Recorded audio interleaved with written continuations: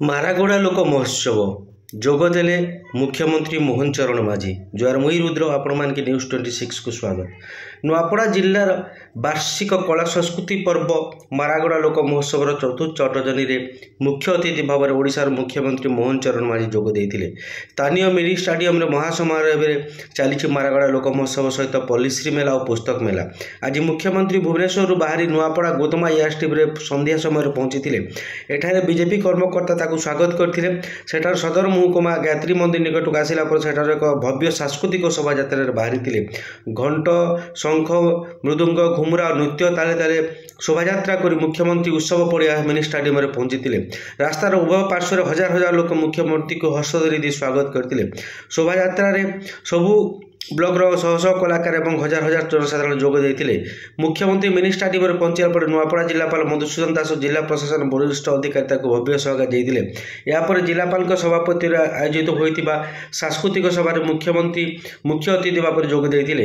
ସମାରୋହରେ ସମ୍ମାନିତ ଅତିଥି ଭାବରେ କଳାହାଣ୍ଡି ସାଂସଦ ମାଳବିକା ଦେବୀ, ନୂଆପଡ଼ା ବିଧାୟକ ରାଜେନ୍ଦ୍ର ଢୋଲକିଆ, ନୂଆପଡ଼ା ଜିଲ୍ଲା ପରିଷଦ ଅଧ୍ୟକ୍ଷା ଡଲି ମାଝୀ ପ୍ରମୁଖ ମଞ୍ଚାସୀନ ଥିଲାବେଳେ ମୁଖ୍ୟ ବକ୍ତା ଭାବରେ ବିଶିଷ୍ଟ ଲେଖକ ଦାସ ବେନହୁର ବକ୍ତବ୍ୟ ରଖିଥିଲେ। ନୂଆପଡ଼ାବାସୀଙ୍କ ତରଫରୁ ପୂର୍ବତନ ସାଂସଦ ବସନ୍ତ ମଣ୍ଡା ମୁଖ୍ୟମନ୍ତ୍ରୀଙ୍କୁ ଉପଢୌକନ ଦେଇ ସ୍ୱାଗତ ଜଣାଇଥିଲେ।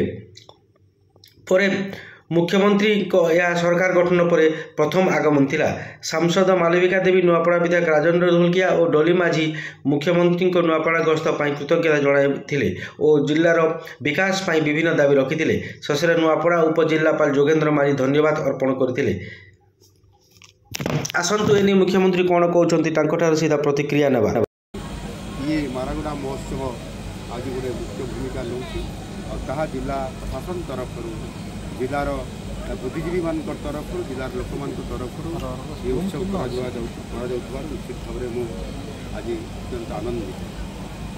बड़ कथा हूँ आज ये मारागुड़ा महोत्सव जहाँ कि एक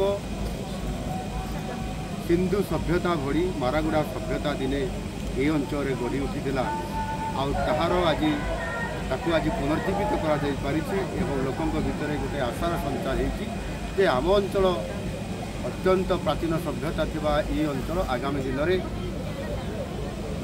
एक समृद्ध जिला हिसाब से विकसित हो पार आर्थिक दृष्टिकोण आगू जापर ये प्रकार जो उत्साह बढ़ी निश्चित भाव एक ये अंचल जहाँकि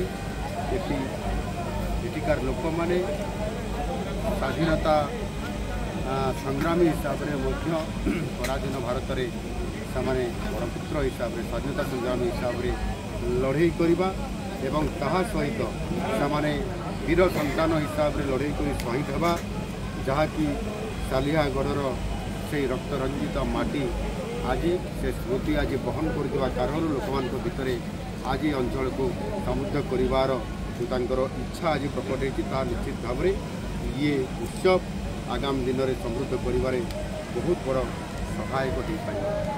तेणु मु